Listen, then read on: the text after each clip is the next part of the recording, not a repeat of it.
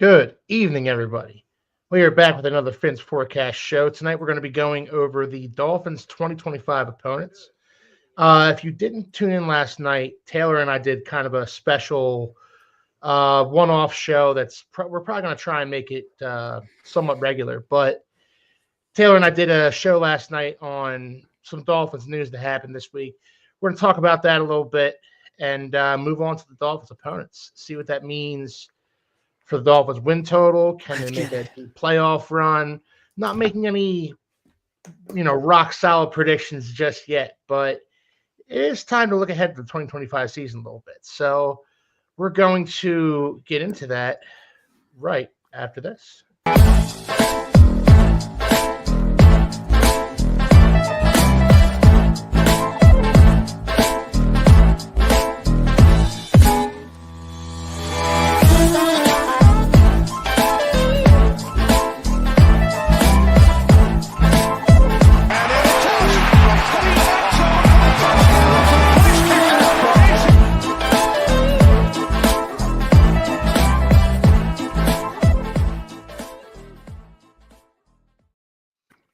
Good evening, everybody. We are back with another Phins forecast show every Wednesday at 7. We're a little bit late tonight. We were running a little bit late, but we're here. We're here. It's only 7:07, so we're not that late.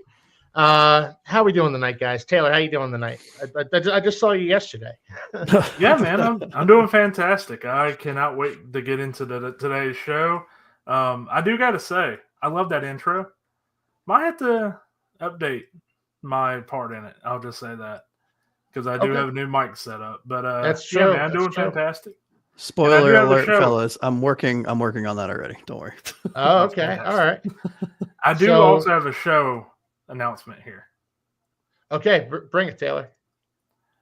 As of right now, as of this episode, all 32 live mainline Phins forecast episodes are up on Spotify. We're still working to get up on Apple Podcasts right now, but you can listen to these three fine gentlemen's takes on the entire Dolphins season, and they're inaccurate predictions early on in the season. I think y'all's second. What are you talking about? There's no inaccuracies here. We nailed it. we totally nailed the 13-win season, fellas. yeah, that was the description, by the way. And I was like, oh, you starting 7-0. We all had him starting 7, except for Steve. He was the only voice of reason. Yeah, Steve was the voice of reason on the show for sure early on, and then naturally as Dolphins fan, we all came crashing down to earth very hard. Yeah. That was one hell of a crash too. That sucks. It usually happens in December. This time it happened in September. Like, I kind of respect it a little bit. I really do. Just getting out of the way early. You shouldn't. I shouldn't. Yeah, I shouldn't. But still. All right, so we are going to be on Spotify. We are already on Spotify, I should say. So check us out there. Anthony, how you doing tonight, man? I'm doing good, dude. Yesterday was a tiring day. Lots of baby stuff going on now. We're getting closer and closer to the goal line here. So let's go. It's getting more and more nerve-wracking as the days go on. But I'm holding in there. I'm trying to stick with it the best I can. So I'm excited that tonight's a little more of a laid-back show because I had no time. Like the previous two shows, we had to research a ton. I would have been doomed today. Well, Anthony, we're all happy for you. Our thoughts are with you, and it's just awesome. Adding another family member to our Phins forecast show. So excited! I'm so excited for you guys. I can't wait to be another uncle. Ironically enough, we've already lost some Dolphins onesies. He's not even here yet. It's like... Oh, don't worry, I'll send you some more. Yeah, thanks. Josh, how you doing tonight, man? Man, I'm vibing hard. The intro, we got Spotify, we're finally up. Things are moving, fellas. I cannot wait. I love the fact that this is kind of more of a opinion-based, kind of low-key fun show to go over the list of opponents that we have, how we, what our personal opinions are of each team. Man, I'm vibing hard. Let's do it. Yeah, this is going to be a really fun show tonight. Like you said, a little more laid back, a little bit less research on our parts, and more I don't know, knee jerk reactions, if that makes sense. But first and foremost, let's get into a little bit of what Taylor and I were talking about last night. I'd love to get your and Anthony's opinions on it, Josh. First and foremost, Teron Armstead. He agreed to take a pay cut, kind of give the Dolphins about $13 million in cap space so that they can go out and sign free agents while he decides on his future. Mhm. Josh, I'll start with you on this one because I know this is one that you had some opinions on yesterday. Yeah. What are your thoughts on all that? I think it's horrible. No, I'm kidding. I love this kind of thing because you don't see it a lot in the NFL. Yeah. You know, you have an established player that, I mean, for all intents and purposes, probably one of the best left tackles over the last 15 plus years, in my opinion. 2 decades, maybe. Still playing at a high level, albeit when he plays. But to make the decision to put the team first in certain ways, he's not out his money. He's going to get paid just because I was still trying to play catch up.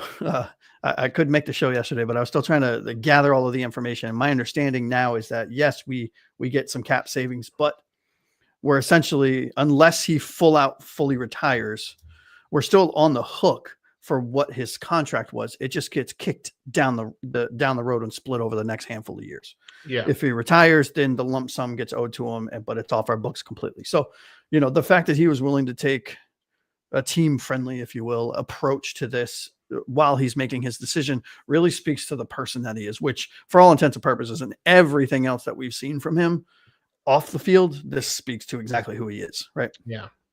Yeah. Off the field, on the field. I don't think any of us have any complaints with Teron Armstead, the man, Teron Armstead, the player. And you know what? When he came in, you knew he was going to miss a handful of games anyway, so I don't have any complaints with that either. Anthony, what are your thoughts on this whole Teron Armstead thing? Yeah, I don't think I have too much more to add. I mean, this is why I never get worried about the salary cap, man, because there's always ways to find money, right? Like, it seems like every year there's a whole lot. Every team's fan base is up in arms. Every team's fan base that is perpetually out of money is up in arms about not having any money, and then the GMs and the cap people do their thing, and then eventually sometimes a player steps up for us. Yep. Good on TA here while he's trying to figure out his life, what he wants to do. I wouldn't be surprised if he decides to retire, but certainly would welcome back. Absolutely. I would be curious to hear. Do you guys think he goes into coaching eventually? I could see it. I could see it. He was a tight end. He was a tight end in college. Was he really? I didn't. Yeah, he was. He was a tight end in college, and he kind of switched to left tackle when he got drafted by the Saints, Sean Payton and the Saints. And I could totally see him doing that.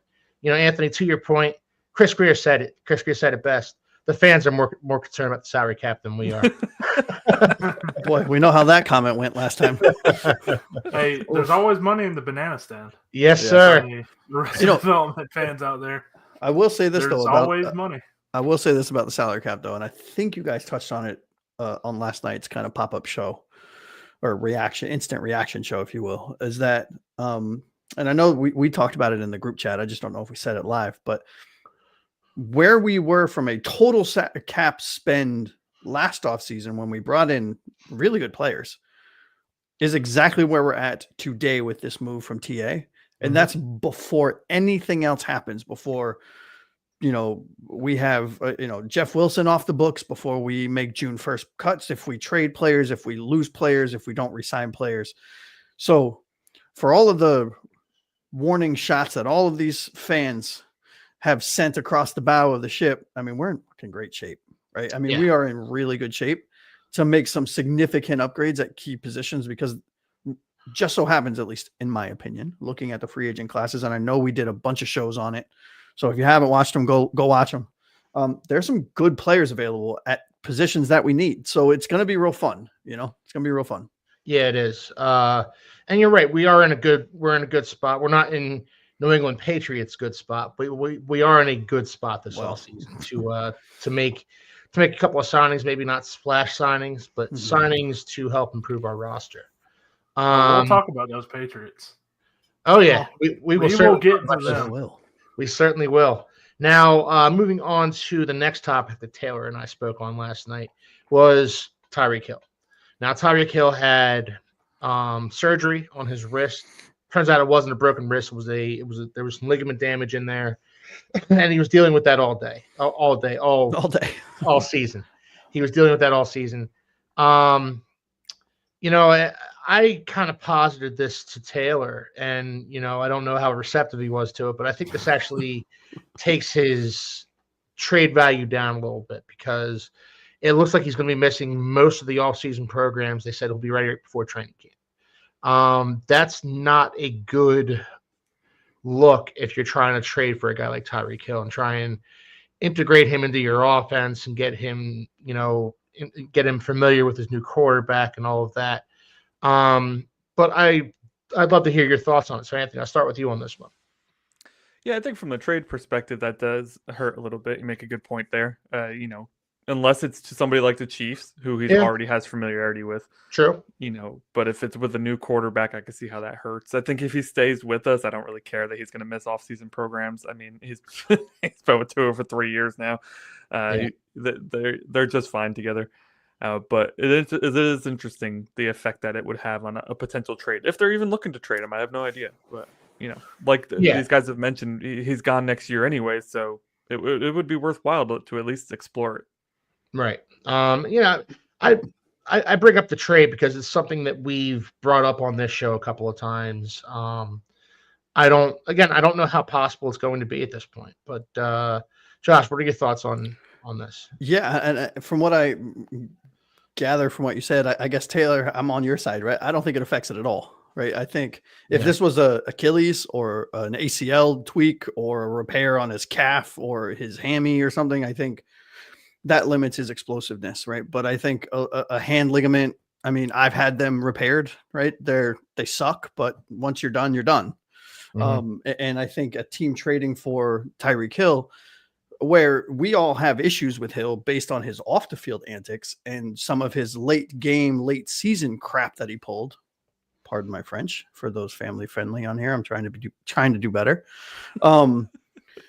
I still don't think that if we were to make a trade, a team is not going to I don't think it's going to, because you know what you're getting, right? And for all of our concerns, Tyreek Hill is still a top, in my opinion. And again, let me preface it.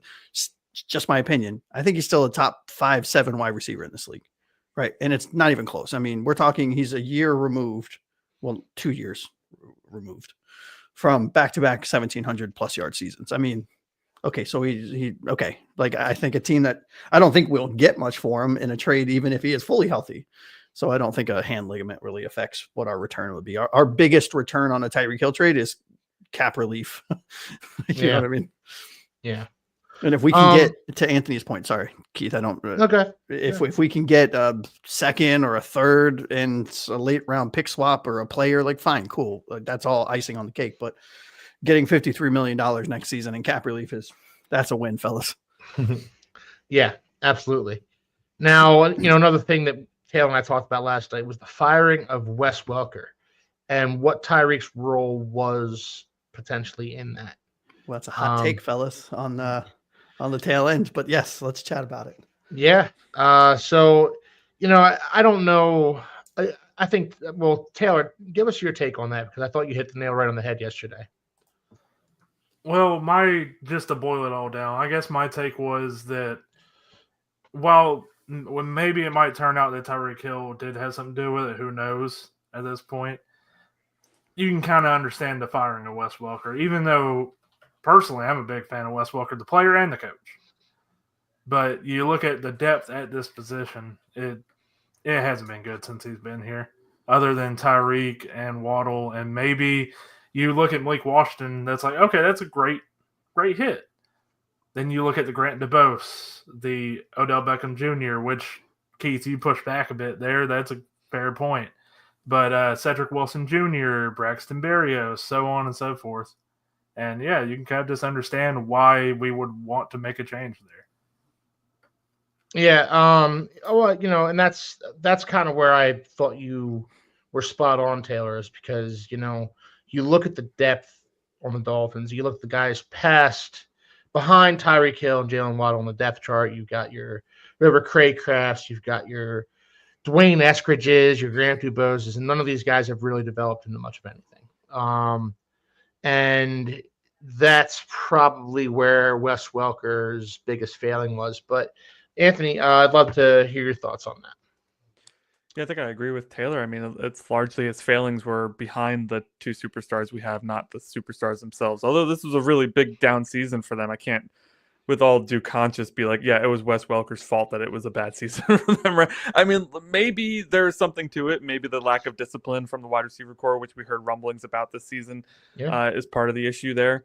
But I do think it's the inability to find that third wide receiver. I'm sure that Wes had some say in who those signings were. And, Robbie Chosen and Odell Beckham, and of that, perhaps he had some say in what those signings were, right? I mean, I hope he did. But yeah, I mean, can a superstar have an effect on if a coach gets fired? Absolutely, right? 100%. But I don't know. I don't know if Mike McDaniel truly is going and being like, yeah, Tyreek said get rid of Wes, and he went and got rid of Wes. I have deeper concerns than the fact that Tyreek is responsible for getting rid of Wes Welker, right? Yeah, that makes sense, Anthony. Josh, what are your thoughts on it?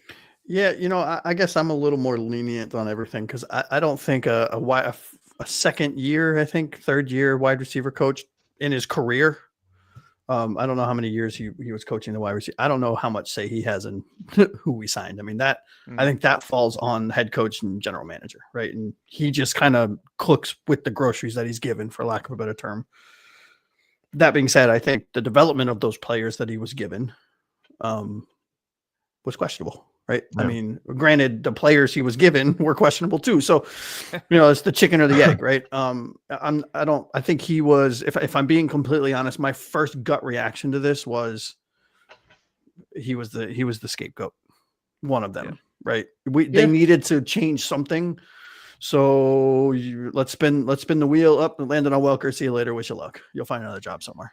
It's gutting because he started with the Dolphins, right, in his playing career. But let's remember, he didn't have the enormous success he had with Miami. He had that in New England. So let's not be like we just cut one of our own. He was here for a little bit, but he wasn't a superstar here.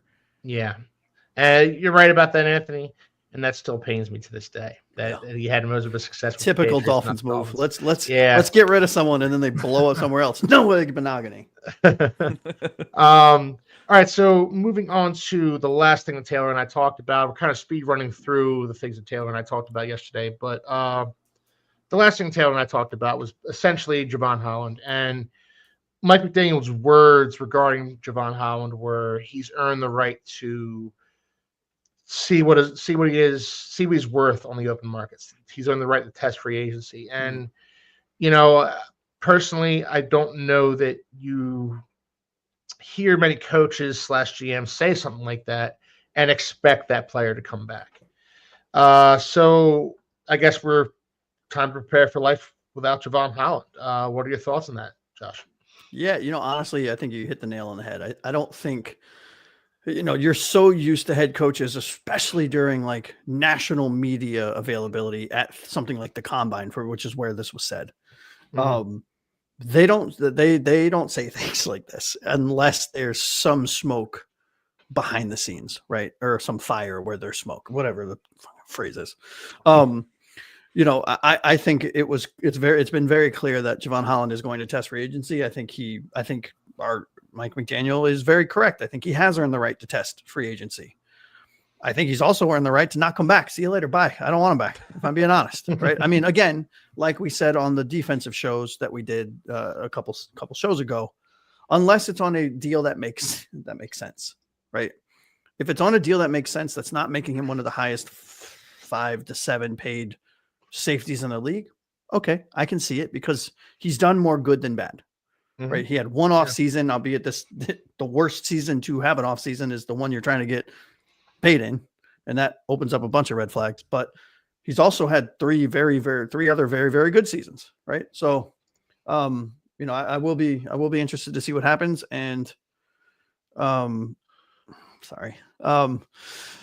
will be very curious to see what happens. And I'll be very curious to see, if he's not re-signed or he doesn't end up back with the team, where he ends up in what position and how well he plays. Because if he ends up in the right position, or rather the right situation, this could be a Minkah Fitzpatrick kind of thing all over again, you know? Yeah. Kind of a worst nightmare scenario for Dolphins fans. Another Minkah Fitzpatrick situation. Something we're used to, unfortunately. Yeah. Wes Welker, Minkah Fitzpatrick, all that stuff all over again. Anthony, what are your thoughts on Javon Holland coming back?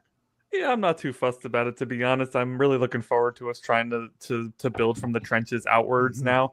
I know I've mentioned this ad nauseum the past few shows, but like it really truly feels like that's what they're going to try to do here in the offseason. Just everything they're saying, right? That both Greer and McDaniel have spoken at length about trying to build the guards. It's time to get serious about putting serious, money and assets into the offensive line. And I think that they'll do the same thing with the defensive line. So will I miss Javon Holland? Yes, I really am a huge Javon Holland fan. It's certainly a jersey that I would have bought if I was a jersey buyer, which I'm not really. But, I have a Javon Holland jersey. I mean, listen, he was a great player. He is a great player. He had one bad season. Of course, that puts a sour taste in our mouths as fans. And, now that we're a month or 2 months past the end of the regular season, it's starting to, it's starting to set in a little bit that we're going to lose one of our rising stars. But he didn't play like a rising star last year. It makes it a little bit easier to say goodbye. But I do expect that he'll perform well wherever he lands. Yeah. I mean, he's a top 5 free agent on everybody's list out there. Yeah. He really is. Yeah. And he plays better with a better player next to him. And Jordan Poyer was the worst player to put next to him and the worst player to sign. Our worst signing, right, in the last offseason. So, I mean, could I see him going to like the Chargers alongside Derwin James? Yeah. Sure. He'd probably crush out there, right? Man, that would. Could you imagine? I mean, if I'm him, that's what I'm looking for, right? Or Pittsburgh with Minkah, yeah. I mean, or the Eagles. Just kill Just kill Keith while we're here. I'm done. I'm done. Let's end the stream. All right. So I agree with what you guys are saying though. Javon Holland, he's still 24. He'll be 25 before the start of the season. Still a young player, still an ascending player. I saw a lot of Rashad Jones in him his first 2 years. That's a good comparison. That's kind of what I saw in Javon Holland, and these last 2 years, not so much. But I think, like you guys said, at the safety position, you're kind of only as good as your running mate. And Jordan Poyer was just beyond terrible for us. Simply put, the perennial jockstrap of the season. Yes, he was. I think he's both offensively and defensively. Jordan Poyer, I think we can all agree, is the jockstrap. I'm truly dreading the do where it's like Miami re-signs Poyer to the sideline. Please no. Yeah. You know what? The silver lining to that kind of news would be I never have to worry about doing research for another jockstrap for the entire next season. That's work I have to do, fellas, because I call dibs. Fair enough. All right, so we're going to get into the actual purpose of tonight's show is the Dolphins' 2025 opponents. Now, the schedule itself hasn't been released yet. We know who the Dolphins' home opponents are. We know who the Dolphins' away opponents are. And we know the Dolphins are going to be playing in Spain next year. We're playing in Madrid, which that's kind of fun. I know we don't love the international games, especially when it takes away a home game from us, but it's still kind of fun to see us play in Spain. I'm going to be at a historical stadium, Real Madrid Stadium. I mean, I'm so excited. Yeah, and it's kind of fun to wake up early, 9:30. Get yourself a cup of coffee and watch the Dolphins play early. So get the disappointment out of the way early. Yes, sir. The rest of your day. That's exactly it. So I'm going to go through the Dolphins' opponents. I'm going to start off with our home opponents, and then I'm going to move over to the away opponents. Home and away, obviously, the Dolphins are playing the Bills, Jets, and Patriots, both home and away. So let's start off with the Buffalo Bills. Went to the AFC Championship game again this year. We know who the quarter. I mean, we might as well start off with the Bills because they are the kings of the East. Yeah, let's not talk bad about Big Brother. All right. Yeah. Hey, look, if the Dolphins have any hopes of winning this division this year, and I still think that this is in our sights, depending on what happens this all season. We're going through the Bills. We have to go through the Buffalo Bills. So, we're going to start off with the Buffalo Bills. Josh Allen's still their quarterback. Sean McDermott's still their coach. They're still going to have a somewhat strong defense. So what are our thoughts on the Buffalo Bills? Anthony, I'll start with you. My thoughts is we have lost the last 15 of 17 matches against the Buffalo Bills. Whoa. It's absolutely brutal. They have our number, especially since Josh Allen has been part of the team. He seems to just it doesn't matter how bad of a year he's having or what sort of slump he's in. He knows that playing Miami will get him out of that slump, let me tell you. Listen, this like you guys have already mentioned, this is the team to beat. This is the team you have to beat to prove you're taking the next step in the equation, right? You're moving up the ladder a little bit if you can beat the Buffalo Bills. 6 straight losses. That's 3 years since we've beaten them. That's crazy. That's absurd. sad. Yeah. It should never happen. And it doesn't look like they're losing much in free agency. Amari Cooper's gone. The Jordan Phillips they may re-sign, but that's about it. Like they're bringing back the squad that they had last year, and that's troublesome for us. So build those trenches, and maybe we have a chance. Yes, sir. Taylor, what are your thoughts on the Buffalo Bills, the mighty Buffalo Bills? So much of what Anthony just said. Plus, I just want to add on, the Bills were kind of in a rebuilding, retooling kind of year last year, especially with their skill positions. They end up locking Khalil Shakir up this past week to what is a pretty solid deal all around. So they're going to have a decent receiver at least there. They spent, a second-round pick with Keon Coleman last season, who's continuing to develop. We'll see what Kincaid can develop into. You got James Cook, who is wanting a contract. I don't know if he will get it, but he is wanting a big-time contract. And what I think is the main event is not just Josh Allen, but is that offensive line. They all play together. They have a ton of snaps played as a unit. And they're just, every time you play against them, it just feels like it's going to hurt because of that. And, they don't get injured either, Taylor, which is like, kind of, as a Dolphins fan, that kind of blows your mind. Because what do you mean offensive linemen don't get hurt? Offensive linemen get hurt all the time in Miami. Not in Buffalo, apparently. Everywhere but Buffalo.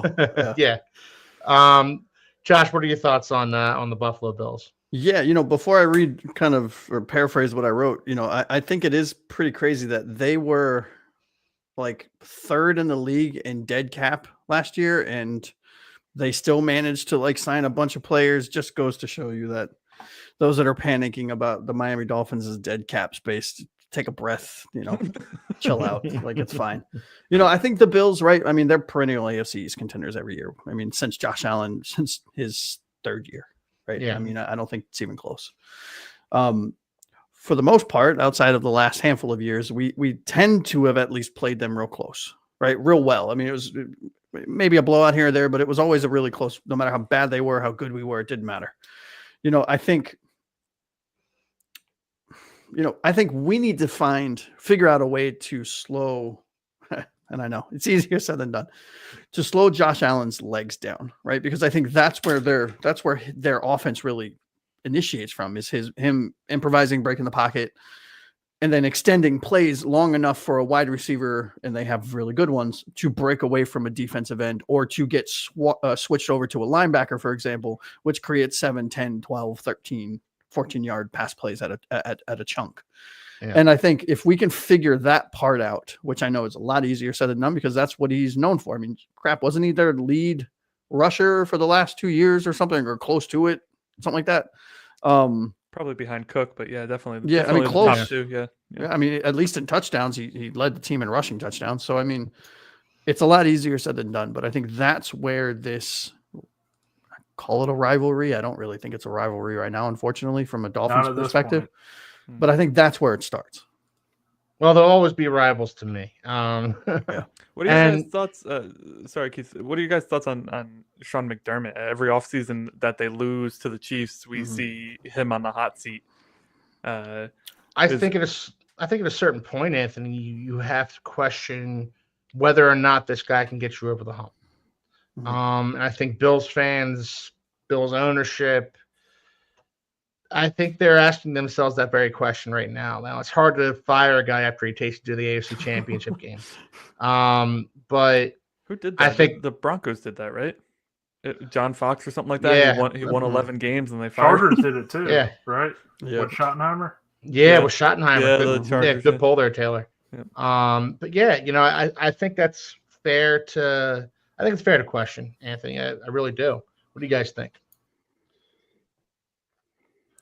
Yeah, I kind of think McDermott is kind of one of the reasons why I still think there's a chance. Okay. I'm not saying he's a horrible coach, but at this point, the Bills are trying to go and beat the Chiefs. The Ravens are trying to beat the Bills and the Chiefs, and we're sitting there going like, we'd like an invite to this party, but we just can't beat anybody. Let's beat the Bills once. Yeah. That's where we need to go. But I don't think McDermott's a horrible coach, but at this point, you see every time they lose against the Chiefs or anybody else in the playoffs, at some point you got to make a change there. Yeah. But and Josh, you said about the Dolphins getting blown out by the Bills. Every year, week 2 was a blowout. The Bills blew us out of the water.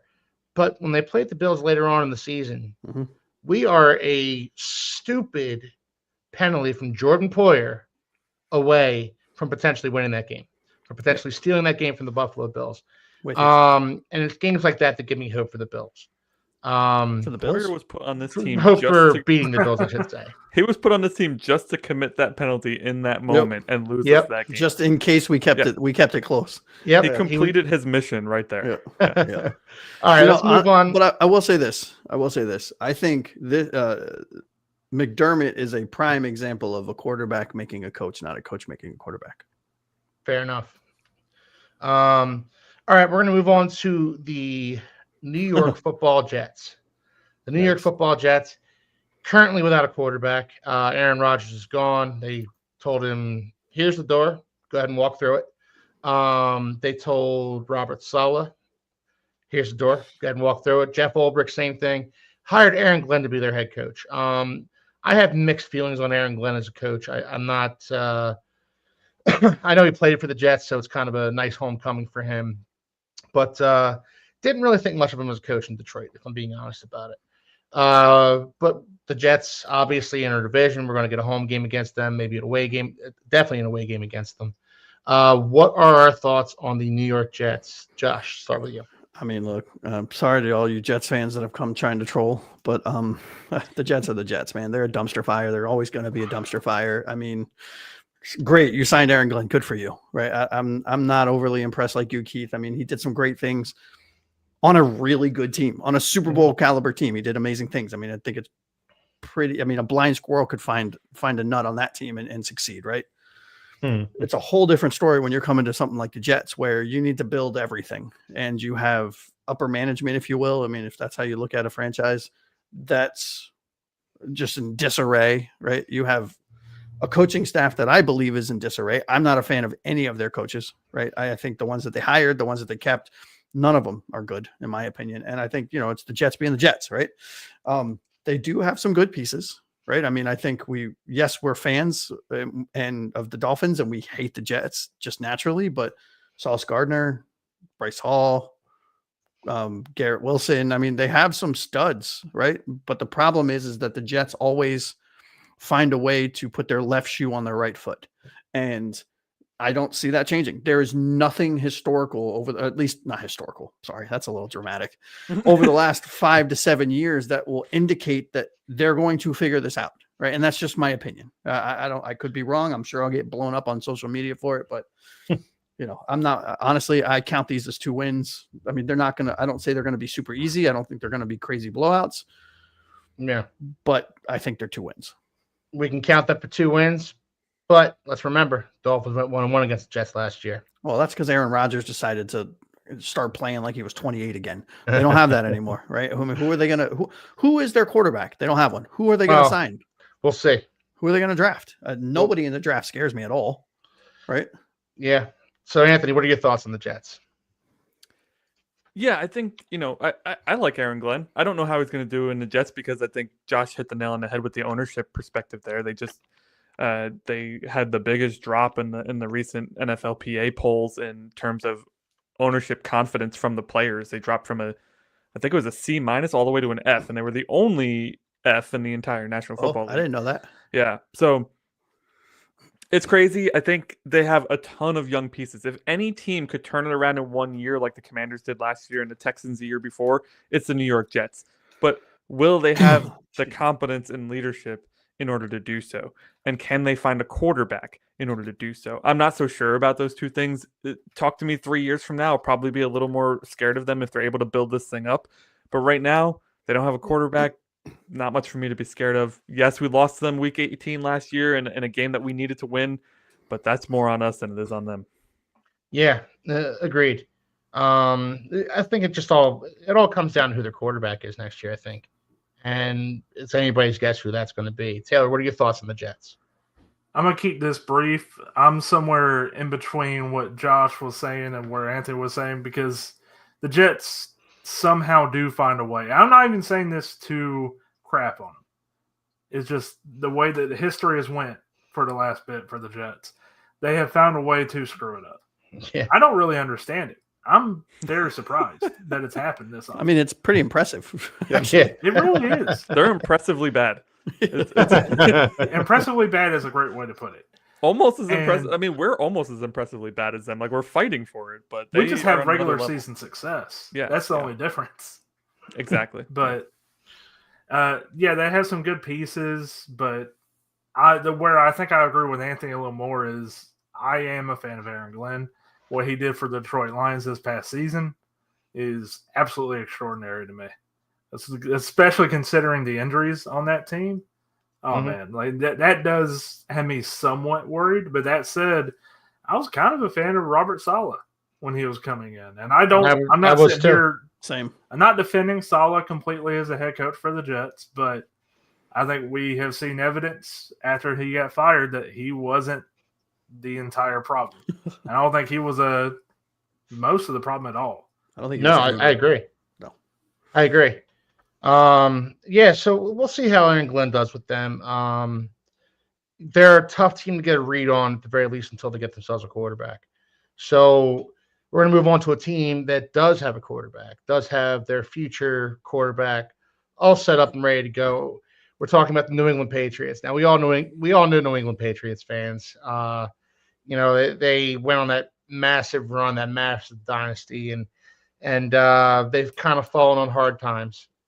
Fired Gerard Mayo. I never liked that hiring in the first place, to be honest, and brought in Mike Vrabel.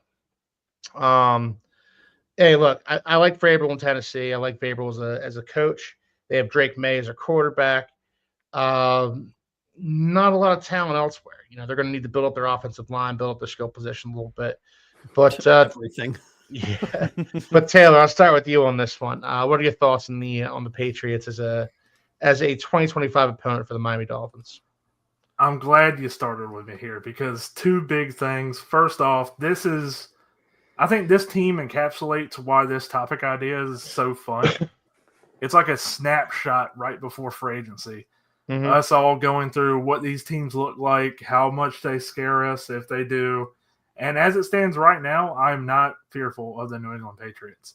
The second thing I will say is I'm curious who you guys hate the most out of the division, whether it's the Jets or Bills or Patriots.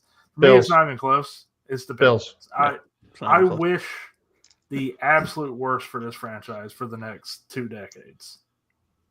If they went 1-15 for the next 10 years, I will not have any. Well, for me, it's whoever's better than us, right? I mean, that's who I hate the most. I'm very fickle and kind of petty, right? I mean, when the Patriots were winning 19 Super Bowls in a row, I was like, I want them all to die. Not really. From a aggressive. Player, it's a family show. Jeez. I don't care. I hate the Patriots. I hated the Patriots. You just said you were going to try to be better. Well, it's not cussing at least, right? But now that they suck, great, right? Hey, whatever. Personally, I hate the Bills. I will always hate the Bills more than any other team in the AFC East. When I was just a wee lad, the Bills were always just a little bit better than the Dolphins. Jim Kelly's Bills were just always a little bit better than the Dan Marino Dolphins. Yep. They made the wee lad Philly Phins fan cry. Real tears. Real tears. And I'll never forget that. I'll never forget. Yeah. Hey, this is the life of being a Dolphins fan. Yes, it is. But for me, it's the Bills. It'll always be the Bills. Even when the Patriots were on that massive run with Tom Brady, it was the Bills. I reveled in their misery. Anthony, what are your thoughts on the? Well, first off, which team do you hate the most in the division? Secondly, what are your thoughts on the Patriots? Yeah, the correct answer is the Jets. It's always the Jets. I grew up in Jets Nation. I can't stand them. They're the most arrogant fans I've ever met in my life. I just cannot handle the Jets, man. I've gone to that stadium several times, and now I refuse to go to it anymore because I'm just so sick of it. Like, I want to go to a game and enjoy it, and not be harassed the whole time. And that's all you get if you go as a visitor to the Meadowlands. So it's not worth it to me. But the Patriots, on the other hand, they're in a bit of a downfall right now. They have Drake May, which is nice, a nice piece there at quarterback. And I'm fearful that they might end up landing that kid from Colorado to play cornerback opposite Christian Gonzalez. Was it Travis Hunter? Yeah. That would be brutal for us. That would. But yeah, their roster needs a lot of work. I think the Gerard Mayo firing was interesting. I thought the hiring was weird, and then I thought the firing was even weirder because you gave the guy no time to do anything. The past few years, they have had a really hard time building a roster. It's been interesting to see this team that spent so many years picking up scraps to put together an amazing roster hasn't been able to put together even a mediocre roster in the past few years. So I'm not fearful of them right now. Drake May could be something good, but he needs something around him. And right now he just doesn't have anything. Yeah, it's very true. We've beaten the Patriots. We're on a bit of a win streak against the Patriots, I believe. Yeah, 8-2 in the last 10 against them. And then I think we won 4 straight. Yeah. I mean, Tua's undefeated though, isn't he? Against Belichick. No, yeah. I don't think he's lost to the Patriots, has he? No, he might not have. Probably not. He's missed enough games to. Yeah, true. That too. True. So, Josh, what are your thoughts on the big bad, formerly big bad New England Patriots? I have nothing much to add, man. I think Tua's undefeated against them, and I think that's all we really need to focus on right now, right? I mean, Tua has not had great teams around him. He's had really great teams around him. He's had players that decided not to play against him or for him, not show up. I mean, it doesn't matter, right? I think whoever has the better quarterback tends to win games. It's very rare that you have the better quarterback that plays much better than the opponent's quarterback and you lose, right? Unless you're playing the Bills, right? Because their defense is really good. But again, they got some good things going. They high draft pick, lots of cap space, but again, like the Jets, before we crown them as potential problems, let's see what they do with it, right? Because the recent history has showed us that they don't really make good choices. So, all right. So guys, we've gotten to the division opponents. We're at the 45-minute mark. We would still like to get to takes from the deep end. So what I'm going to do is I'm going to give you each a team, get your analysis on it, and then we're going to move on. So I'm going to start off with you, Anthony. Mm-hmm. The next opponent I have here is the Cincinnati Bengals. Joe Burrow, Zach Taylor, defense that's leaky as a sieve. So give me some analysis on these Cincinnati Bengals. Yeah, we've played the Bengals 5 times since 2016. We're 2-3 against them. One of those wins came in overtime. So they do have that one. They do have the edge against us. That overtime win, I believe, was like a fumble recovery or something like that, right? It was a safety. It was a safety. That's right. A Cam Wake safety in overtime. Cam Wake safety. Listen, truthfully, I think that Joe Burrow, Jamar Chase, they're going to try to get T. Higgins back. Their running game is a little weaker now, but that is a scary passing attack, and I don't know that we have the tools to stop it. So I am fearful of this one. I'm fearful of this division, to be honest. This is a really good division outside of the Browns. I think Dolphins versus Bengals should prove to be an interesting game. 2 high-powered offenses versus 2 struggling defenses, as it were. We might get ourselves another shootout like that 2019 overtime win. In our past 2 matchups, the scores haven't been as crazy. 19-7, we beat them in 2020. and then 27-15 they beat us in 2022. So Yeah. see what happens. You know, one of those losses to the Bengals was that infamous game where Tua got concussed. Mm. You know, for the first, second time. You know, it's debatable when that was, but that was the bad concussion, the nasty concussion, the one that we all remember. That was where he's against the throwing up Bengals. gang signs. Is that the one? The one he was throwing up gang signs. And, It's you terrifying. know, my wife, who's a big Tua fan, I'm pretty sure she'd leave me for Tua if he wanted her to. So You know, she saw that. And she's like, I will hate the Bengals forever because they hurt Tua. Don't hurt the sweet prince. So that's going to be a fun game to watch, though. You know, the Bengals are always a fun opponent as long as Joe Burrow is healthy. So that's going to be a home game for the Dolphins. Next, we have the Baltimore Ravens. Now, the Baltimore Ravens, Lamar Jackson, John Harbaugh. They always seem to give us troubles. You know, we had that one huge comeback victory against them, and other than that, a lot of bad games against the Baltimore Ravens. So, Josh, talk to me about the Baltimore Ravens here. Yeah, I mean, look, Jackson and Henry, oof, brother, what a combo. And they have, you know, they know how to put a team together, right?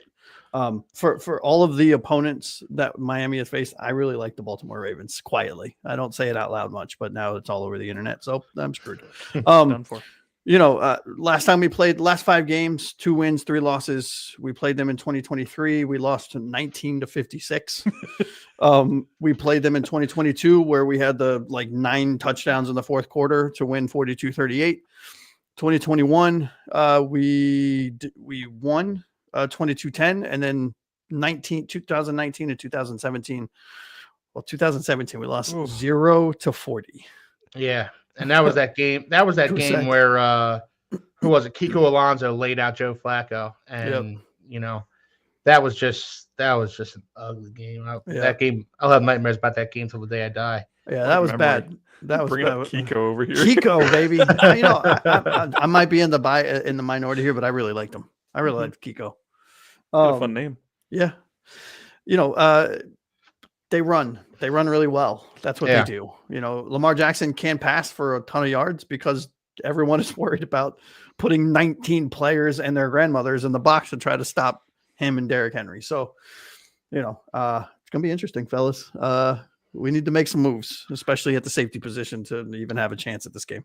I like that it's a home game. I like that we're not traveling to Baltimore for this one. I wonder what time it is, though. I'll be curious. I'm hoping it's like a 1:00 game. Yeah, prime time game. That doesn't bode well for us. Like 7 p.m. Right? Yeah, I can see that being the Madrid game too. Yeah. Oh, okay. Yeah. Well, hey, you know what? But that actually works in our favor, though, because both teams travel. Both teams, I mean, different. I could see that being the Madrid game too, actually, Anthony. Mm-hmm. That'd be a good one. So next we have a team that I think we faced in England at one point. The New Orleans Saints.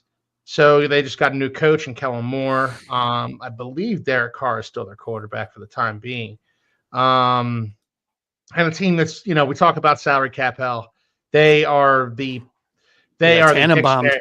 Yeah, they are the dictionary definition of salary cap hell. So, you know, I mean, for me, that was the least desirable job, you know, of the offseason for the coaches.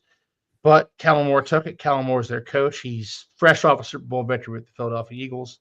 Taylor, talk to me about the New Orleans Saints.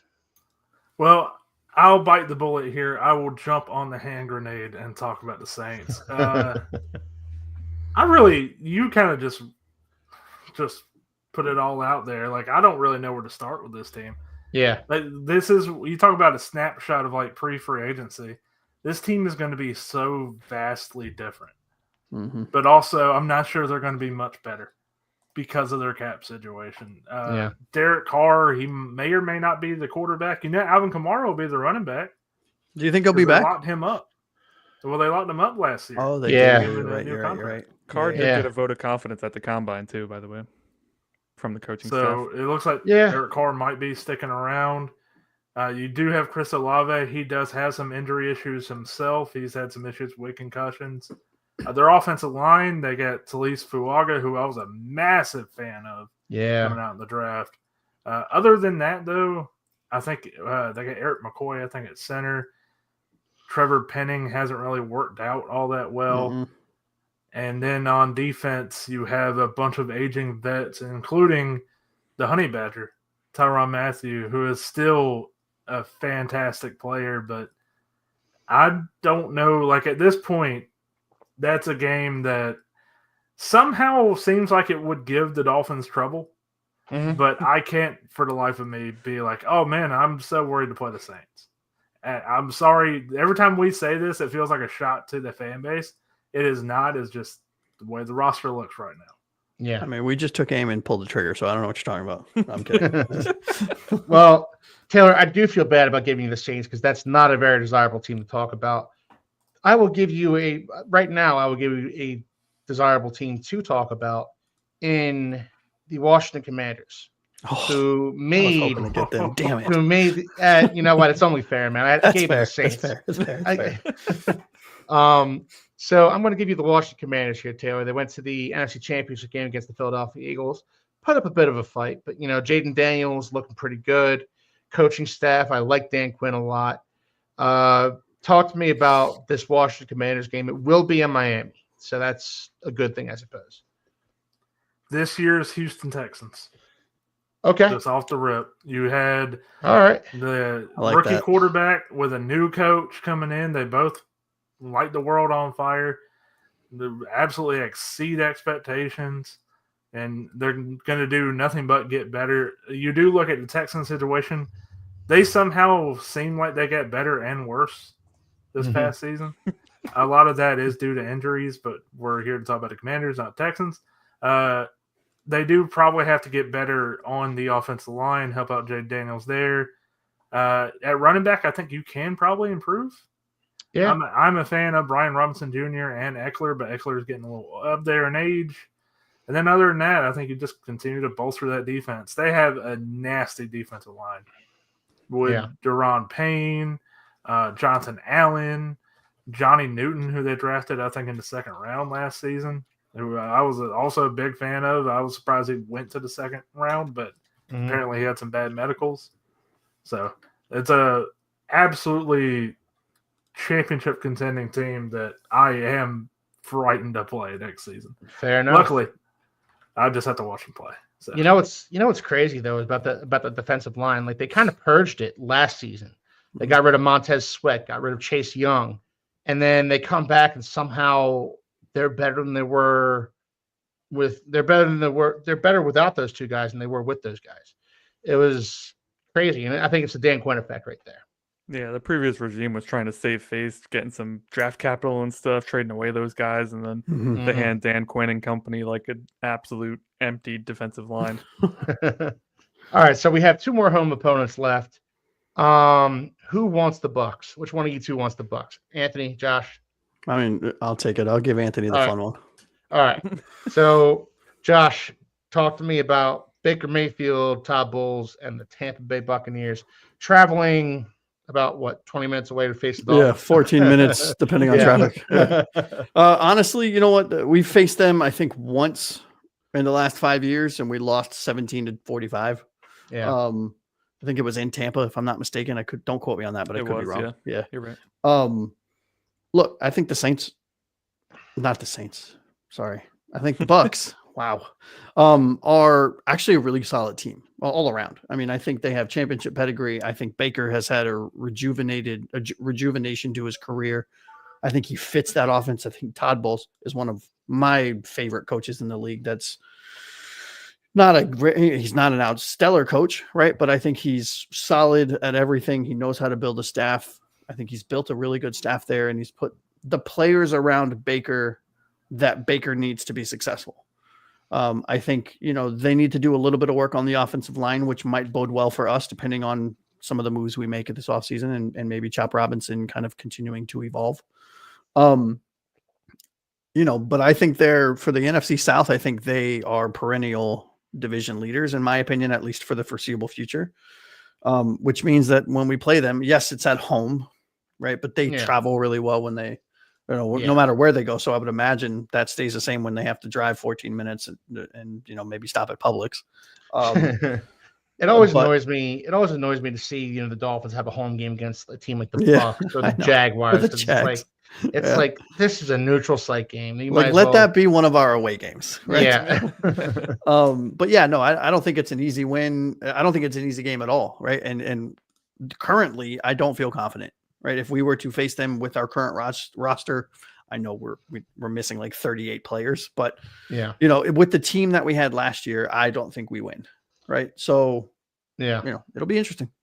Yeah. The Bucks are certainly a solid team. Again, it's a home game, but is it really? So, well, this last game we're going to be talking about. Anthony's going to be talking about this one. This one is most definitely a home game. We have the formerly known as the San Diego Chargers, now the Los Angeles Chargers, traveling across the country to face our Miami Dolphins. Jim Harbaugh, Justin Herbert, Derwin James, who we mentioned earlier. Hopefully, Javon Holland is not his running mate in this game. Anthony, talk to me about the Chargers.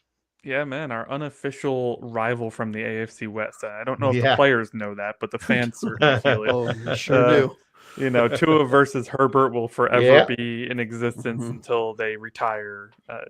Yeah. In Tua's case, maybe next year. But listen, the last time we played them, 2023, we played them week 1, 2023. We traveled across the globe.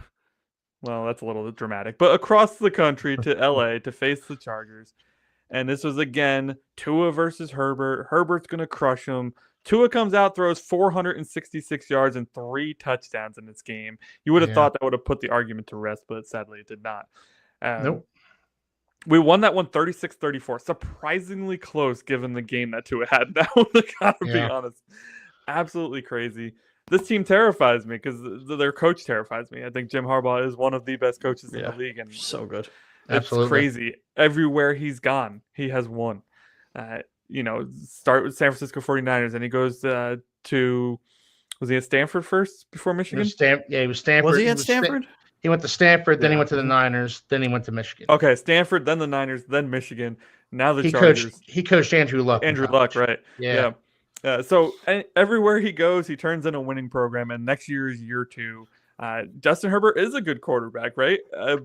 So if you give somebody like Jim Harbaugh a good quarterback, it's a dangerous situation.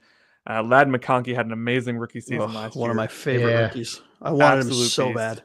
Absolute beast. So, I listen, I do think we match up well just because I think that Tua and Herbert know it's them versus the other, right? I think they show up a little extra for this game. But it is certainly... It's funny because I got the Bengals too, and I feel like this is a very similar matchup. Yeah. Where these could just be shootout games. Mm-hmm. Yeah, that's fair. In that Chargers game last year, that was one of the best games I've seen Tua play as a Miami Dolphin. And one of the worst that our defense have played. Well, yeah. I mean, neither team could stop anybody in that game, but you know what? Tua carved them up all afternoon. Mm-hmm. It was a beautiful thing to see. Chargers so we're going to move on to second in the division, by the way, at 11-6 in their first season with Jim Harbaugh. Yeah.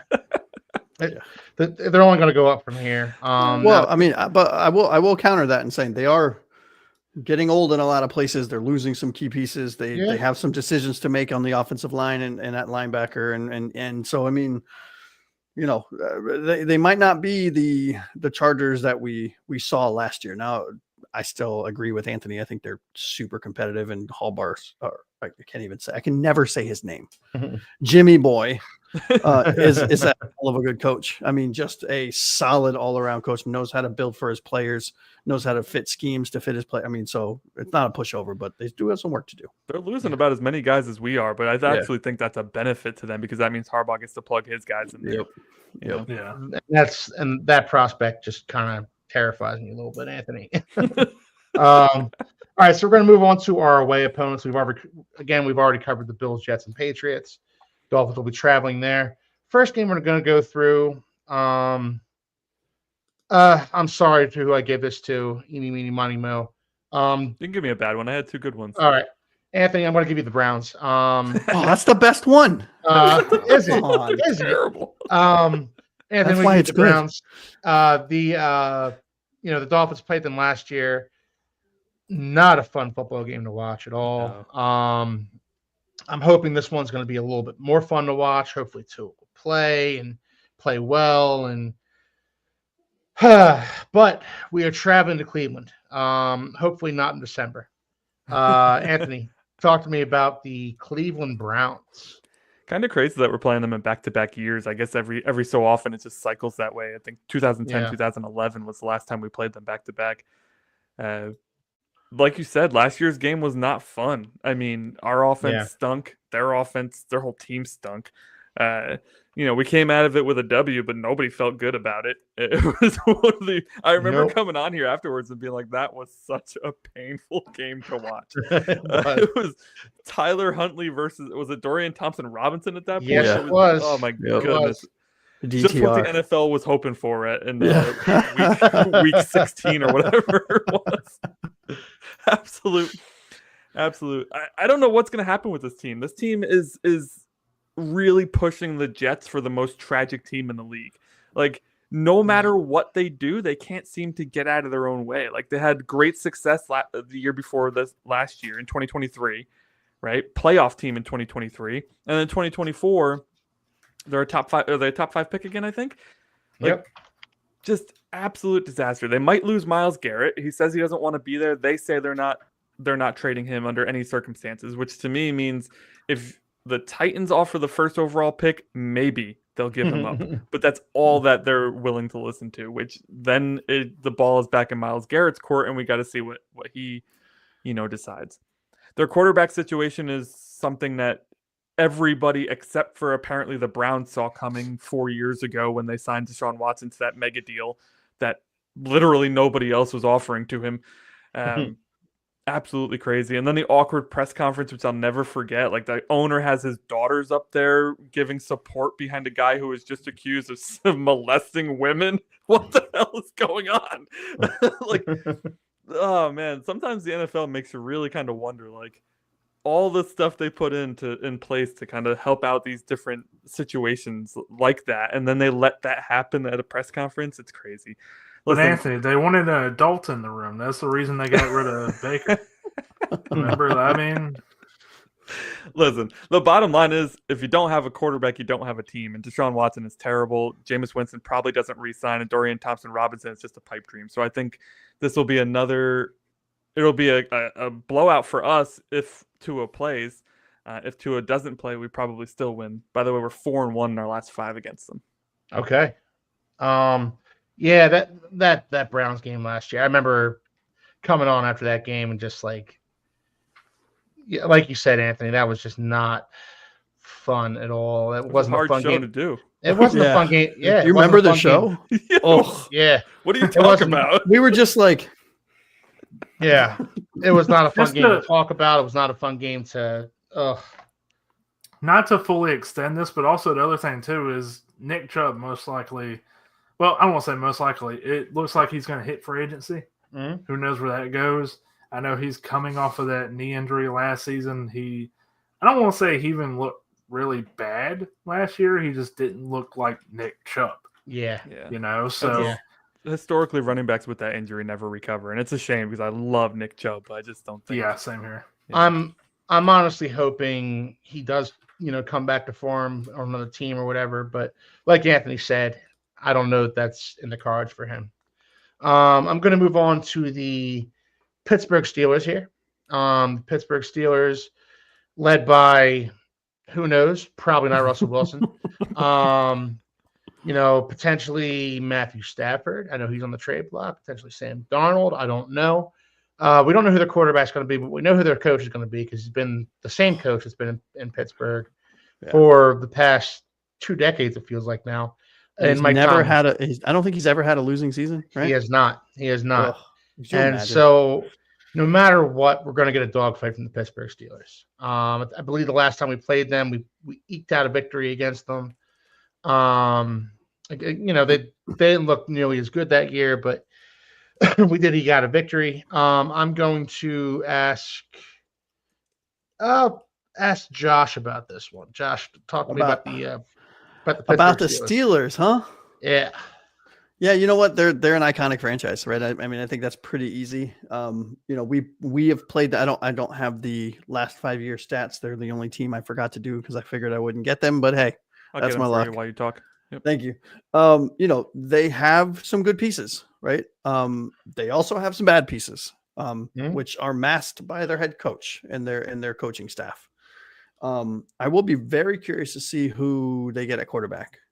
I don't see Stafford going there because I think, like a lot of the other teams that need quarterbacks, the Pittsburgh Steelers are done with the Russell Wilson stopgap, aging vet type, thing. I think they want to find the solution. And I'm not saying it's in the draft this year. And maybe they might not have a choice. Maybe they do have to sign a stopgap for a year, right? But I think that their ultimate goal is to figure out a way to land or trade for a franchise type quarterback so they can start focusing on what they focus on, which is their defense. Yeah. 3-2 in their last 5. The last time we played them was in 2026, 16-10. Anthony, was that a victory? 2022. Did I write 2022? Nope. No, you're right. 2026 is next year. You're in the future. Yeah. Well, you're welcome. We win 16-10. We'll beat them next year too. Put your money on it. That was a home game. We beat them. Yeah. Yeah. So, but like we said, right in the team introduction to this team, their head coach is amazing. And I stopped myself from cussing. See, guys, I'm character growth. Not having a losing season ever is exactly where there will be next year, no matter what happens. Right. Yeah. It's damn impressive what Mike Tomlin does down there. There are very few I mean, I shouldn't say there are very few coaches I would trade in for Mike McDaniel, but if there's one coach in the NFL, I would trade in for Mike McDaniel. Mike Tomlin, Andy Reid, right at the top of the list. So we're going to move on to the Indianapolis Colts. Heartbreaking loss against the Colts last year. Anthony Richardson did not play well. Neither did we. A couple of key fumbles from Raheem Mostert. There was a key fumble from Raheem Mostert in that one, and I believe Alec Ingold. And Tyreek Hill. Okay, yeah. So we kind of beat ourselves in that one, but we're going to move on to the Indianapolis Colts. That is an away game in the Dome in Lucas Oil Stadium. Taylor, take it away. Well, that's unfortunate. Tag, you're it. Look, I say that because this team just the Dolphins are considered, a dumpster fire sometimes. And we talked about the Jets and the Saints. The Colts are starting to get there. Yeah. And we've seen what's happened over the past season in particular with Anthony Richardson tapping out of the game and a lot of allegations about the culture over there and how winning doesn't seem to be on the mind of the team over there. So there's a lot of work to be done. Chris Ballard came back. Shane Steichen came back, and I was very surprised by that. You still do have a lot of good pieces here like Jonathan Taylor, Quentin Nelson. Who knows what they end up doing with Will Fries if he ends up ultimately re-signing with the team or go somewhere else in free agency. Maybe really hoping he comes here. A Dolphin. Yeah, maybe he becomes a Dolphin. Who knows? But you have Alec Pierce, I want to say. Yep. Wide receiver from Cincinnati. Josh Downs, a wide receiver from North Carolina. And I'm really just trying to focus on the offense because I think the defense, other than DeForest Buckner, is really tough to look at. So this is a team right now, right before free agency, that it really lives and dies with Anthony Richardson. Yeah. So it depends on his development there. Yeah, and thus far he hasn't really developed into – when he came out of college, Anthony Richardson was one of those guys where I thought this guy needs to sit for like 2 years minimum. Yeah. All the talent in the world is just about getting him to get into the finer details of the position. Yes, sir. A lot of like Jalen Milroe, what people said about him so far in this process. So. All right, so we have 2 more teams left. They are both NFC South opponents. I'm going to ask you about this first one here, Josh. The Atlanta Falcons. Michael Penix is probably going to be their quarterback. Well, not probably. He is going to be their quarterback. Raheem Morris is going to be their coach still. And that's another dome game, which kind of works in the Dolphins' favor, for being honest about it. So that's two dome games away for the Dolphins. Mm-hmm. Don't hate that. So talk to us about the Atlanta Falcons here, Josh. Yeah, I think they turned the corner, in my opinion, right? I mean, the Atlanta Falcons for the last handful of years have been kind of the New England Patriots, the New York Jets, kind of Cleveland Brown type.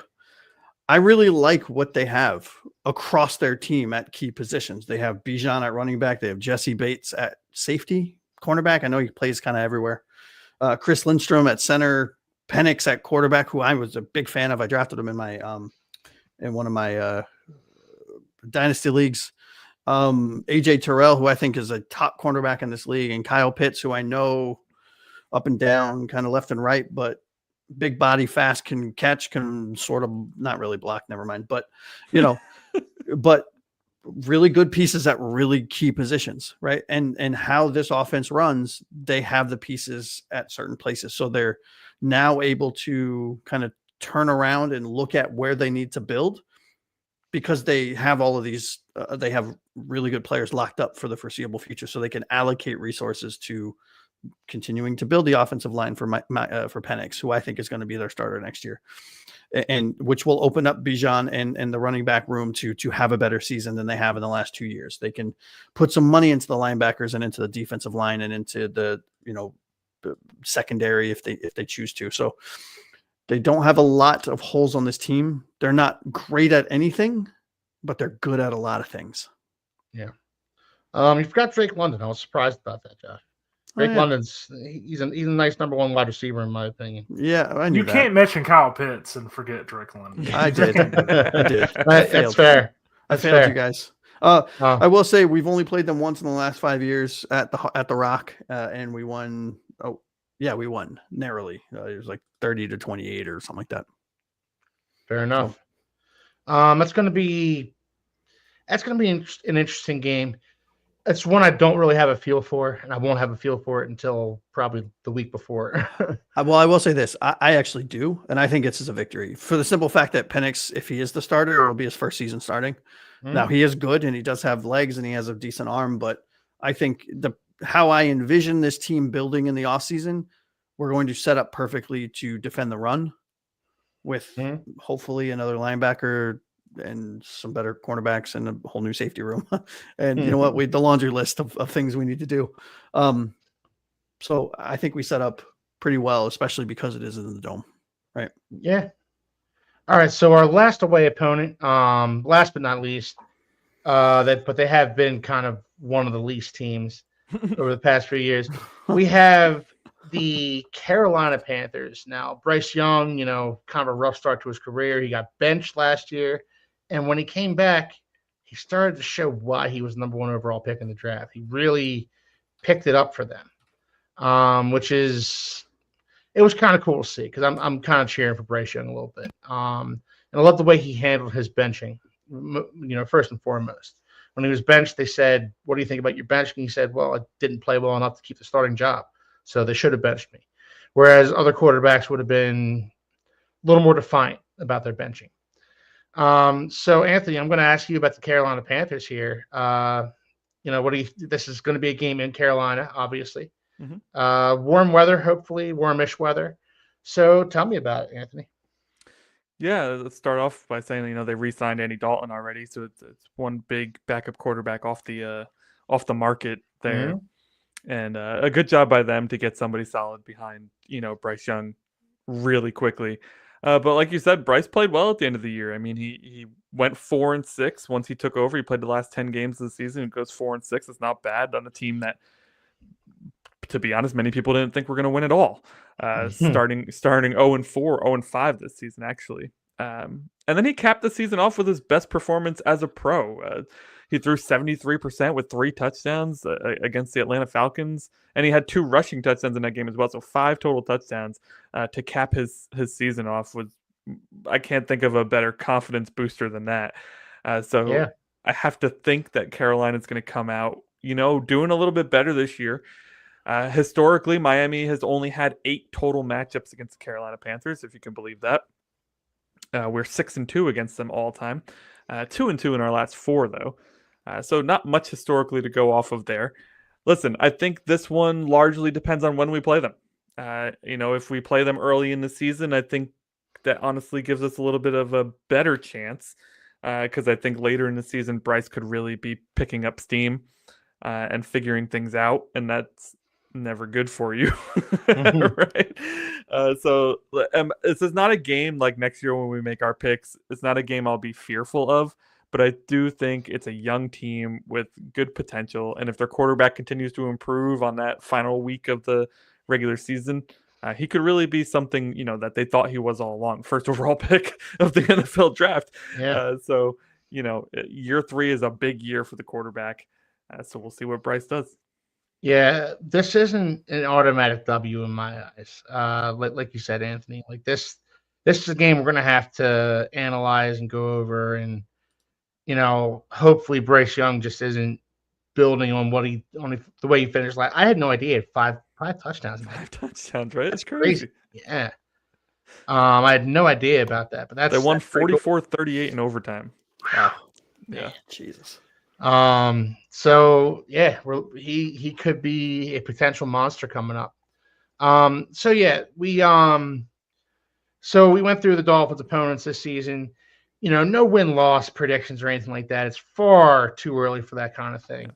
But it is nice to kind of get the opponents out in the open and talk about them a little bit. But from here, we're going to move on to Josh's favorite segment. Second favorite segment. Okay. All right, Josh, take it away, brother. Yeah. So for those that aren't aware, we are diving into a segment we like to call Takes from the Deep End, right? This is where bold opinions and unfiltered Miami Dolphins takes make a splash. We dive deep into hot takes from our viewers that are made from our viewers, from those that comment on our videos. And, we got some good ones, fellas. So, grab your snorkels, grab your floaties, because we're diving in. Takes from the Deep End.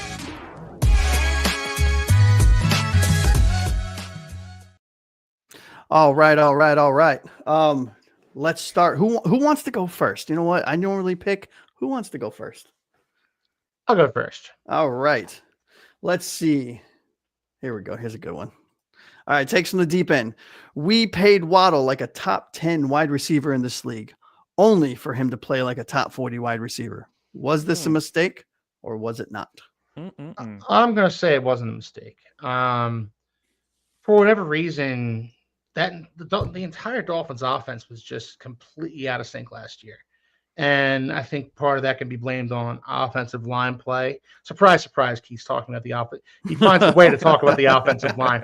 So I think part of that can be blamed on the offensive line play. Part of that can be blamed on Tua's injury, on Tyreek Hill I think there was a mental block with Tyreek Hill last year. He wasn't himself.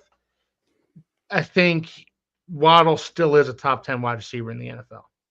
And if the Dolphins offense gets back to where I think it can go this season, should the Dolphins again fix their offensive line, I think the Dolphins are not going to look like fools for giving Jalen Waddle that contract.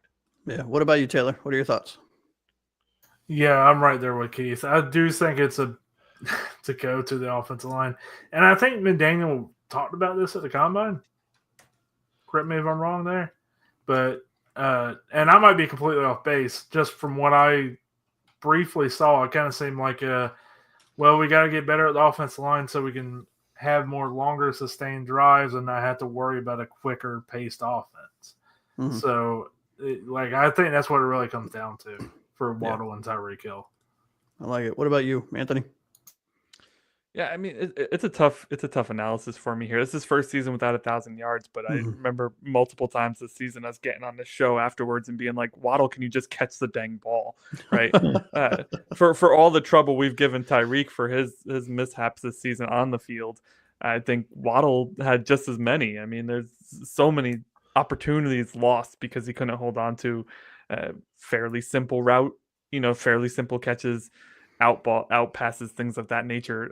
So listen, he was the 6th overall pick. That's crazy to think about, considering he's been playing second wide receiver for 3 years now. Yeah. I would love to see him back in the wide receiver 1 role to see if he could do that again, but I don't know if we'll see that this year. I like it. I like it. All right, Taylor, you're up next, buddy. Takes from the deep end. We need to capitalize on Achan's recent success and trade him to a running back needy team. Then we need to lock this position up for the next 5 to 7 years by drafting Gentry in the first round. He would be our Saquon and would take so much pressure off of Tua in this short passing game that God, can this thing go faster? That we can't seem to move away from. What are your thoughts? From a talent perspective, I have no issues drafting Genty.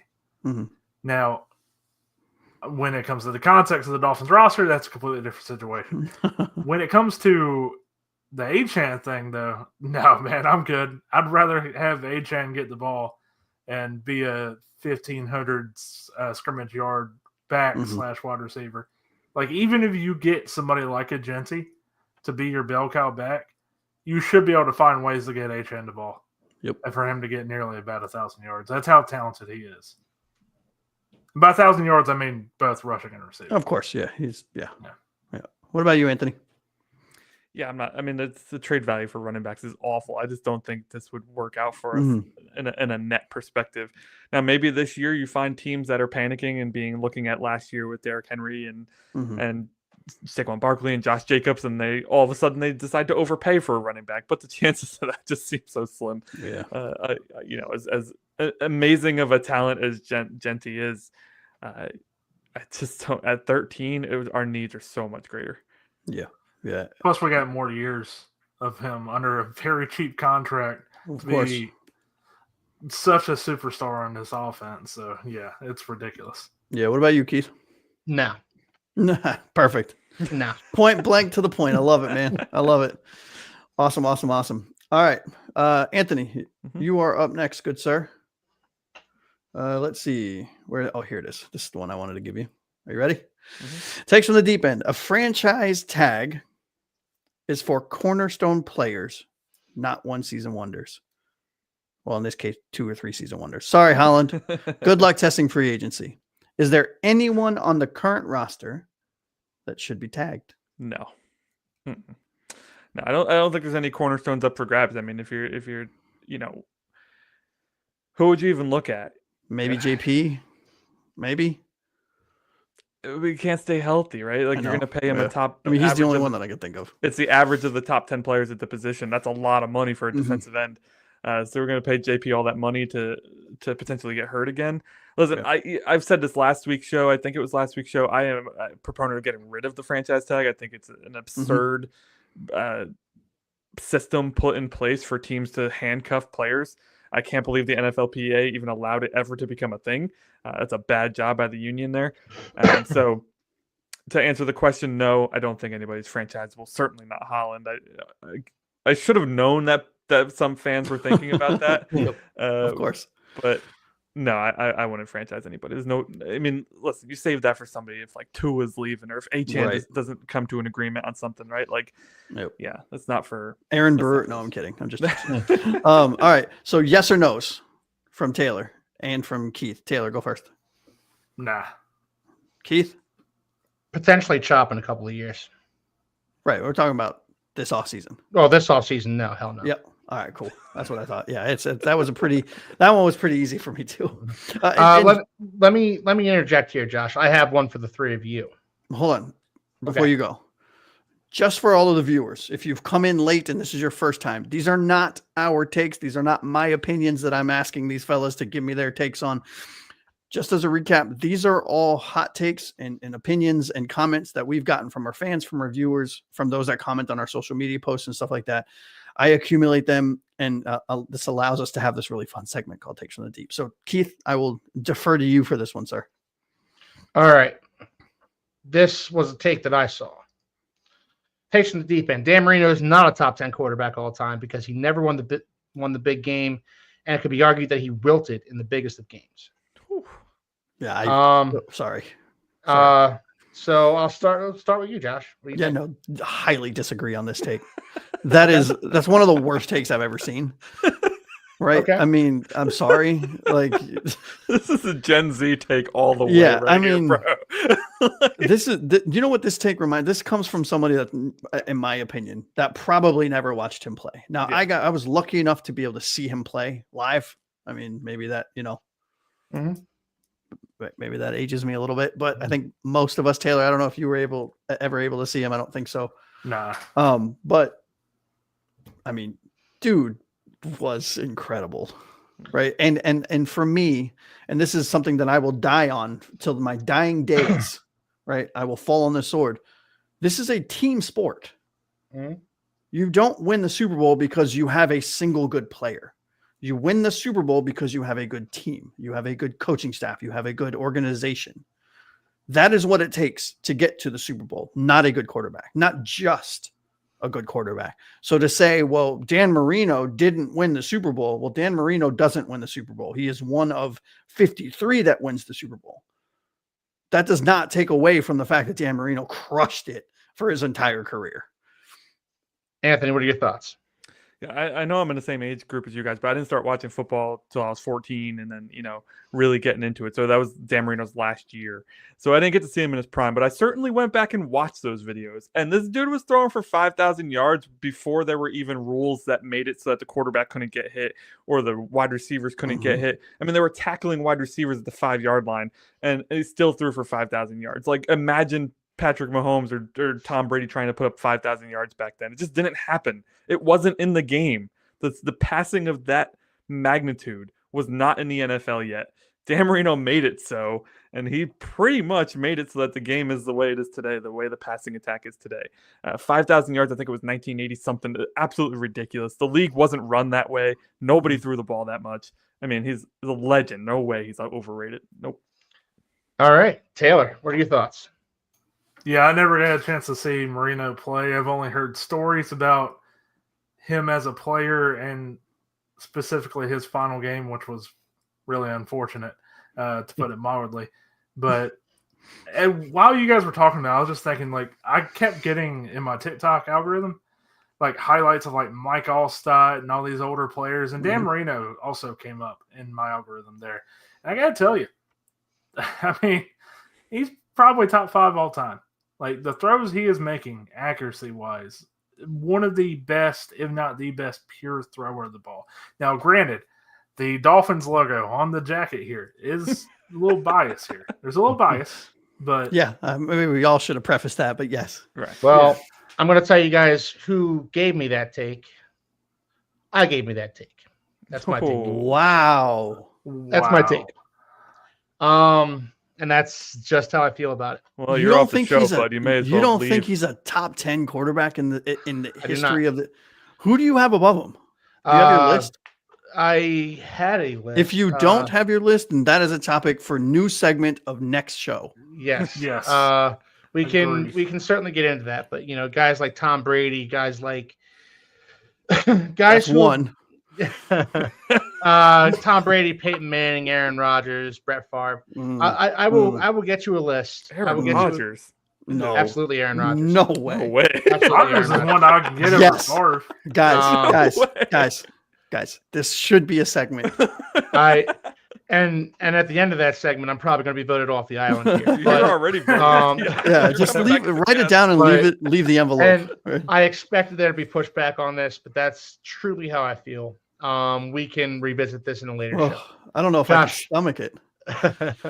Go ahead and give us some more takes here, Josh. All right, so I'm gonna. That should have been the finale, by the way. Yeah.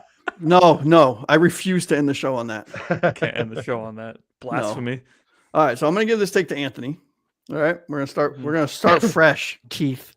Ruin the show. Takes to the deep end with James Cook wanting roughly $15 million per year, and the Bills seemingly balking at that figure. Should Miami pull an Eagles move, a la Saquon Barkley, and sign him? You might be surprised, but I'm gonna say yes. James Cook and Devon Achane on the same team, $15 million a year with with this salary cap, who gives a crap? I almost said it. Yeah. Oh, I caught myself. I almost caught myself. Nice job. Listen, I haven't been the guy to pitch paying running backs and bringing in big time running backs, but man, if you can take a guy like James Cook away from the Bills, pretty sure the Cook family's from Florida. They are. Bring him From home. From Miami. From Miami, right? Yeah. Bring him home, give him his money, pair him with Achane. He is the power back that we've been kind of looking for. And he's an all-around back, really. Especially, him and Achane could be considered too similar, but that's okay. You can never have enough magic in the backfield. I think it would just to take a piece away from the Bills and add another piece to this offense. Oh man, maybe it's me dreaming and being super fandom right there and not actually thinking with my head, but I would love it. Yeah, I'm thinking with something, all right, if that happens. Taylor, what's your take? Yay or nay? I disagree heavily. I'm Really? a massive fan of James Cook, but from everything I've heard from Bills fans, from not to fully plug it, but Locked On Scouting with Kyle Krabs and Joe Marino, who's a Bills fan, I can't stomach giving James Cook that much money to basically be kind of what Devon Achane is already. So you're just getting we just talked about redundancy at the wide receiver position. I disagree there. He's not what Achane is. He could be the power back on this team. I think that Achane doesn't have the body to be. It's not your money, Taylor. What do you care? Well, when you put it that way, let's just sign everybody. Keith, what about you, bud? I'm good. I'm good on James Cook. I'd like as in no or yes? As in no. In no. I'd like a cheaper option. I'd like is it the 15 million price tag or is it James Cook? It's a little bit of both. Okay. I don't think as much of James Cook as a lot of people do.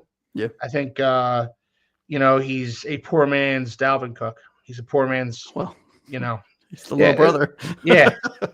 Yeah, but that's how I look at James Cook. I think with Devon Achane, with Jalen Wright, and you add a power back, a big body power back, I think that's the sweet spot for the Dolphins. I'll be honest, I'm not a huge James Cook fan either, but we can't beat the Bills on the field, so maybe we can beat them off the field. We tried that with Jordan Poyer last year. Well, oof. Yeah, no, honestly, I'm kind of somewhere in the middle, right? I mean, James Cook is just good, right? I mean, he's not great. Mm-hmm. And I normally don't chime in on these, but 15 million is a little steep for James Cook. I mean, if we can get him in the 11 to 12, maybe, which won't happen, but I prefer to go younger, especially at a position where you need legs and wear and tear is a real thing. So, I mean, if we can get someone like Cam Scatabo, not that I've been plugging him for the last 17 months. Never heard that name before. What are you talking about? Yeah. Awesome. All right. So who wants the next one? I'm doing one for Taylor, one for Keith, and then we can call it a show. Who wants the next one? Keith, go ahead, man. All right. Let's see. Oh, I want to give you a good one. All right. Give another Dan Marino one. Dan Marino is a top 10 quarterback. All right. Are you ready, Keith? Yes, sir. All right. Takes from the deep end. When Tony Sparano, rest his soul, was the head coach of this team, he used to go to the local car wash to sign guys to start the following week across all positions on the offensive line. And they would play well. Here we are in year 4 of the current regime, and we still can't seem to get this O-line figured out. What are your thoughts? I think one thing that Tony Sparano did well that's underrated, an underrated aspect of his abilities as a coach is that he was an exceptional offensive line coach. Mm-hmm. And I think part of the problem, part of our issues with offensive line has been that we can't find a good coach. Now we brought in Butch Berry to be the offensive line coach last year, and he was best known for when he was fired from Denver, the players clapped. They literally clapped when they found out he was fired. That's what he's best known for. Prior to that, it was Chris Forrester. Prior to that, it was a dude who liked the nightlife in Miami a little bit too much. I think what the Dolphins need to do is they need to find themselves a Tony Sperano. They need to find themselves a the offensive line coach from Philly. The name's escaping me. A Bill Callahan. They need to find themselves a guy who can, take players like Robert Jones and Liam Eichenberg and turn them into actual good players rather than warm bodies to fill the offensive line. That's fair. That's fair. All right. I'm not going to go around the horn on this one. I'm going to jump right to Taylor because I want to try to find time for one group one. It's like agree or disagree one. All right. So Taylor, I'm going to go to you next here. Where the hell did it go? I lost it. Well, in that Oh, case, here it is. Here it is. All right. Takes from the deep end. We need to cut all the noise and do what we need to in order to trade for Jair Alexander. He is a certified dog, which would give us 2 at the cornerback position, Ramsey being the other one. Thoughts? I wanted to cut you off as soon as you said Jair Alexander.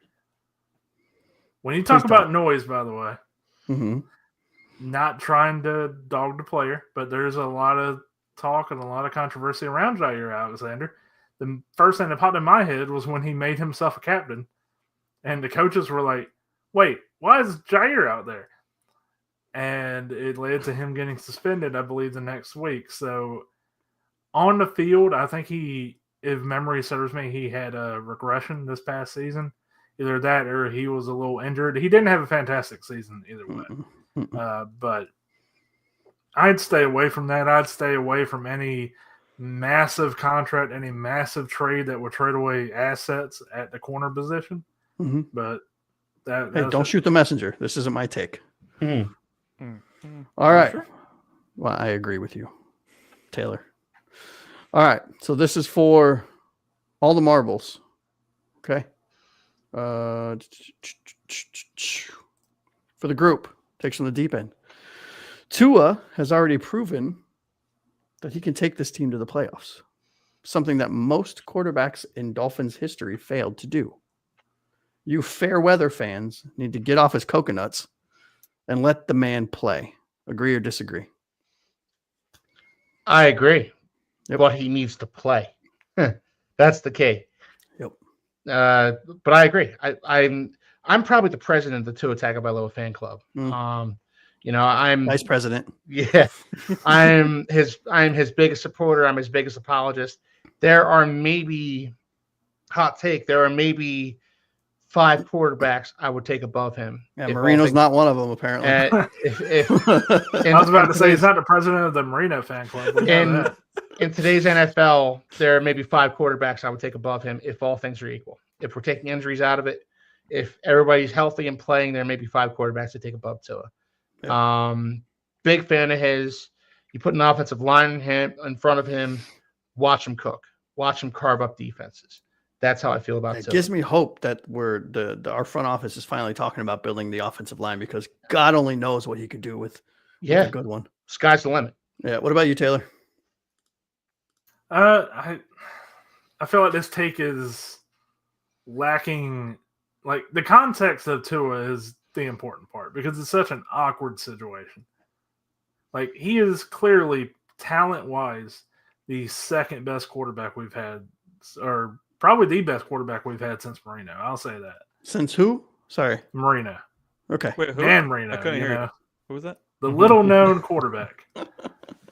But besides the point, that's talent-wise. He's the best quarterback we've had since then. But you can't just take the injuries out of it. Like, it's part of who Tua has been as a player. So the criticism he's gotten, I feel like years ago, it was a lot worse a few years ago. It's still there, and you'll still get comments being like, Tua sucks, Dolphins need to move on from Tua. But I think at this point, the media and a lot of people do understand, like, no, he's a really good quarterback. Fans don't. It's just injury. Every single video we have posted has gotten a Tua sucks comment. I mean, genuinely. Exactly. But if this was 3 years ago, I feel like they'd be 3 to 4 comments. Saying, I guess it's getting better. Every one comment, it'd be 3 to 4. What about you, Anthony? So. Yeah, I don't fully agree with this take, so I'll have to say I disagree with the take that, I think it's somewhere between the fans saying that he just flat out sucks and the fans saying that he's our golden child who's going to lead us to the promised land. In the season that he had, he led the league in passing 2 years ago in 2023. The conversation that many Dolphins fans were having is that he didn't do anything against the teams that he needed to do, against the top tier teams, right? Against the Chiefs, he threw for under 200 yards. Against the Bills, he didn't show up. They lost 48-20 and then 21-14 when they needed it the most, right? The final 2 weeks of the season, in order to win the division, you get stomped by the Ravens and then you lose to the Bills, even though you still had a chance to win the division. So I know it's a team game, but the quarterback's the leader of that team, and this was his MVP season for his career, and he still couldn't beat the teams that he needed to beat, the playoff teams that you need to beat to get to that ultimate championship. Yeah, we're not talking about the game he lost before that required us to win the last two to get in, And then the Titans game, right? Right. Yeah. All right, so that's all I got. All right, takes from the deep end. Another fun takes from the deep end. We're gonna get back into it next week, guys. That's it for us for the night. It's we're at the hour and 42-minute mark. I think the show flowed pretty well tonight. I think it was a good show for all of us. Nice laid back, relaxed show. We're gonna get back into the nitty gritty of things next week. But Josh, any final thoughts? Yeah, just want to shout out all of our viewers, all of our viewers, all of our listeners, all of our subscribers. Really, please, if you haven't, like and subscribe. It really helps the brand, helps us do this weekly, year round. Really appreciate you guys, and fellas, as always, really genuinely appreciate the time that I get to spend with you guys talking shop. Absolutely. Anthony, any final thoughts? Yeah, I think the offseason officially begins now, right? Free agency and the draft is coming up. It's going to be March by the time we have our next show, which kicks off the majority of the offseason activities before we hit our NFL lull in the summer. And then we're back to NFL football again already. Yeah, and maybe sometime in March we have a really big, giant guest to join the show. Who knows? Perhaps. Yeah. It's anything possible. can happen, really. Yeah. It's possible. I've heard rumors to that effect, but they are. Well, we'll get into that.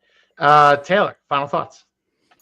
Yeah, man, I'm very excited to get into our next batch of shows. This was much needed for me personally to have a show where we don't have to really do a whole lot of research.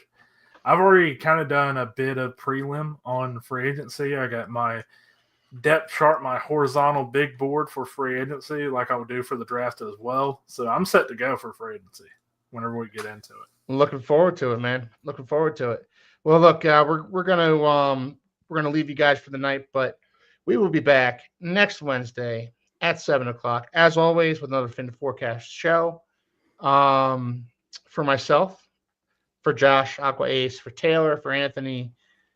You guys have a lovely night, and we will see you next week. Please like, subscribe, all that good stuff. Have a good night, everybody.